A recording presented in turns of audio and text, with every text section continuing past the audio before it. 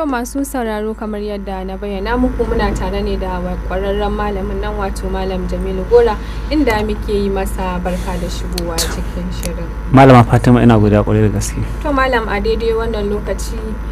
za mu tattauna ne akan maudu'i wato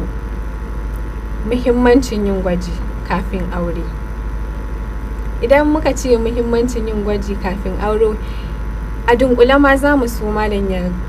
buɗa mana ya fahimtar da mu shin menene ma wannan gwajin kafin aure. A'udhu billahi minash shaitanir rajim. Bismillahir rahmanir rahim. Rabbi shrah li sadri wa yassir li amri wa ahlul 'uqdatan min lisani yafqahu qawli. Malama Fatima, idan aka ce gwaji kafin aure to wasu gungun gwaje-gwaje ne waɗanda ake a asibitoci ko in ce asibiti ko kuma a cibiyoyi na kiwon lafiya ko kuma a cibiyoyi na gwaje-gwaje waɗanda aka sahale aka ware ko a gwamnatanci ko kuma a private sector wato irin na 'yan kasuwa wanda ana yin su ne domin a ga yanayin lafiyar mutum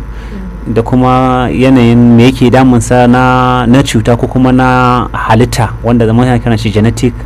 disorder wato watakila akwai wani garkuwa da kake da ita ko kuma wani nakasu da kake da shi a halittar ka to aka yi gwaji akan ya gano to ba lalle wanda yake kasance kuma ba lalle bane idan ba a gwajin ba a ganin wannan abun da ke damun ka.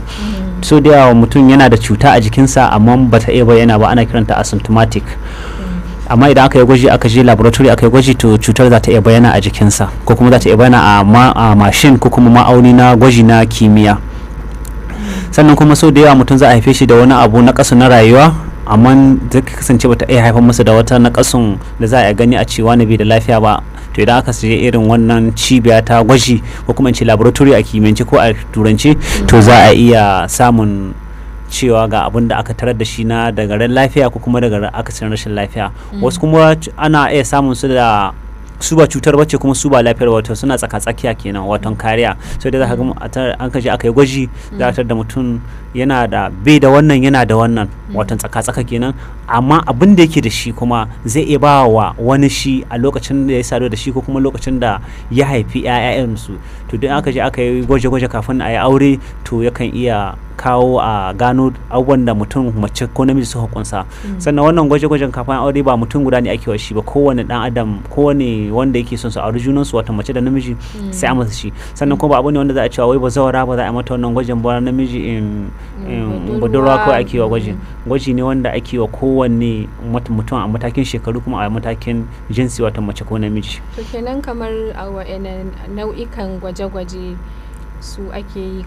kafin a yi auren. Masha Allah, nau'ikan gwaje-gwajen sun kasu kashi daban-daban. Akwai waɗanda su an a likitanci an ɗora su ne sun zama wajibi dole ne kafin a yi auren ya zama to an ga condition ko kuma an ga status ko kuma in ce yanayi matsayar kowane daga cikin ma'aurata an ga matsayarsu akan wannan bangaren lafiyar wanda aka sun samun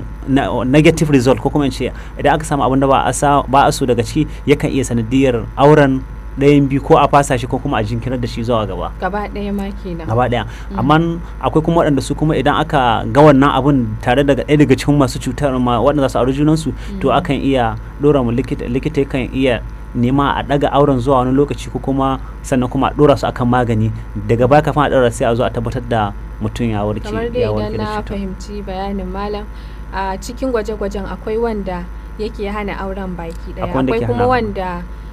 akan iya maganinsa amma kuma a lokacin za a dakatar da auren sai zuwa wani lokaci kana a yi auren amma za a yi magance su idan an magance su kenan gaskiya ne. To su wa'annan nau'e-nau'en gwaje-gwajen kenan kamar waɗanne ne?